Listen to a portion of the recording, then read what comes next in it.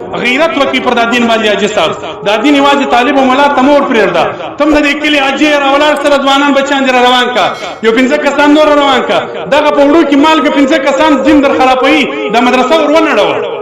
زه درته وایم وینړوه الله به اجر درکړي دا عیني جهاد دی ور وینړوه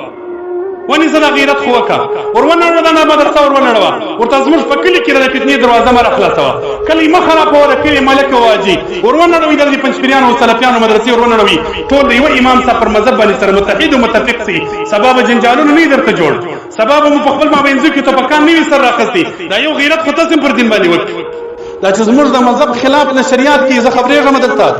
تاسو په کلي کې دلته خورا مدارس جوړېږي دلته مدرسې شروع دي یو څو ورځې مخکې 15 کسان وه نن شر 25 کسان ورځي دا ځن طلاقه خلک ګرد ورځي نن ولې پر موږ باندې پر زموږ پر پلرو پر نیکګانو د سرهاو کالو پر دین او پر علم پر علماو پر بزرګانو مو ولې د کفر او شرک ټاپې لګېږي دا د کومې خوا راته راغلل تاسو په خبر یاست دغه ستاسو په کلو کې چې دا وهابیان او سلفیان دې ته پیسې څوک راوړي دا د کومې خوا را روان دي حاجي صاحب دین په پیسو خرڅوي د خدای لحاظ ته ودرېږي وګورئ که دین په پیسو خرڅوي بیا نو داسې مه کوئ چې د سلفیانو په 100 روپو باندې ځانونه ولسونه مرداروي سم لاړ چې د امریکایانو سره لاس ورکړي ماړو خو بسي نو دغه وسلار ده په اسلام کې اختلاف مه جوړوي دا د اختلاف ګورې ښکاره ښې موږ ته رنګداره کړي دي زه بله خبره هم درته کومه دغه خبرې د اختلاف نه دي زموږ د سلفیانو د دې بې مذهبه پنجپیریانو د دغو بلاو سره جنګ پر دې نه وي چې ولې لاسونه په لمانځه کې پورته کوې ولې نه پورته کوې نه جنگ پر دې وي چې ولې د امام شاته قرأت وایه ولې نه وایه نه جنگ پر دې باندې دی چې ولې نالمول بلاسور د نامه لاندې نیسي ولې لوړ دا ظاهري دا ظالمان را مخته کړي دي اصل جنگ ګوري پر بل شی باندې د دغه سلفیانو عقیده ګوري دا ده وایي نبي کریم صلی الله علیه وسلم دا نبی چې نبی وو دا په روح نبی و زما سره کتاب پروت یې راسې ښکاره دا روح د نبوت په صفت موصوف و دا جسد او روح دواړه د نبوت په صفت نه دي موصوف دا څومره خطري خبر د علماو ته معلومیږي چې روح خو د رسول علیه السلام لاړې وختي نو چې ولاړې نبوت وایي نبوت هم لاړې نو چې نبوت ولاړې نو خو بل نبي دي بیا پیدا شي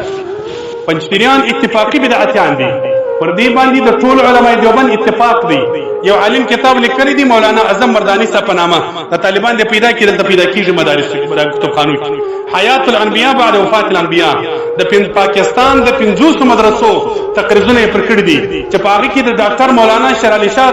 رحمه الله تقریر پر اثر باندې ورسره ستا هغه عالم په دغه کتاب کې لیکلی دی په دا کتاب په مقدمه کې لیکلی دی وایي چې اسلام ته څه فتنې راللې در ټولو بدترینه فتنه د پنجپیري فتنه ده ولی دا ځان په دیوبند راګړي خلکو ته رنګ د دیوبند ورکوي خو د دیوبند رنګ وربدي د علماء دیوبند توهین کوي د هغو مخالفت کوي رنګ د هغو ورکړي دي او بیا په سر کې لیکي در هر چا لوی بدعتیان په دنیا کې پنجپیریان دي چې بدعتي سو الله رسول صلی الله علیه وسلم فرمایي لا يقبل الله لصاحب بدعه صوما ولا صلاه ابن ماجه روایت الله رسول د بدعتي المنذ نه قبول والمبتدع شريعه من خالف اهل سنه اعتقادا کشاف کی په اصطلاحات الفنون کشان کی علامه طحاوی وای والمبتدع شريعه من خالف اهل سنه اعتقادا شرعي بدعتي دادي چې د اهل سنت د عقیده مخالفت وکړي چې چا زموږ د اسلاف د عقیده مخالفت وکړي چې چا د مذهبو د امامانو د عقیده مخالفت وکړي لوی بدعتي دادي نماز کې ویل چې مال خنزیر وای چې څه پنځپیری نه ما خنزیر خو له منځ نه مکلف پنځپیری خو مکلف دي خو منځ نه ریسي په پنځپیری په سلمنځ نه ریسي په د سلفیانو په سلمنځ نه ریسي اجساس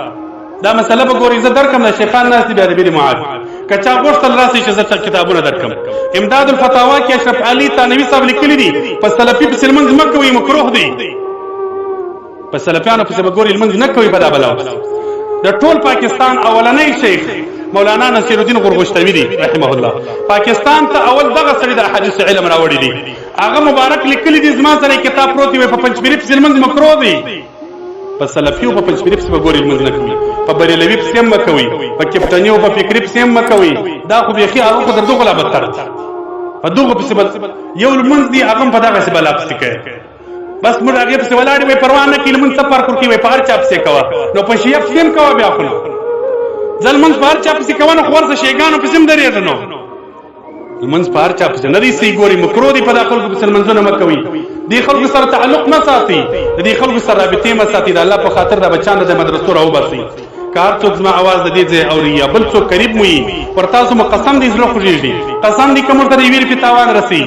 حاجي صاحب سبا به پر تا باندې د غزوی د مشرکو د کافر ټاپه لګي دا خلک د دین خلک نه دي ګوري دین ته اوس شل دروازې د فتنو خلکو را خلاصې کړي دي که داسې په هر چا پسې تلله خدای نه کرده سبا به مو دین د لاسه وتلی الله دې موږ تاسې حفاظت وکړي سبقونه په وایاست په بل ځای کې پسې ووایاست که سبق نه په وایاست زه خلکو ته وایم د خره ټانګه په وچلوه خو د سلفي په مدرسه کې مه په وایه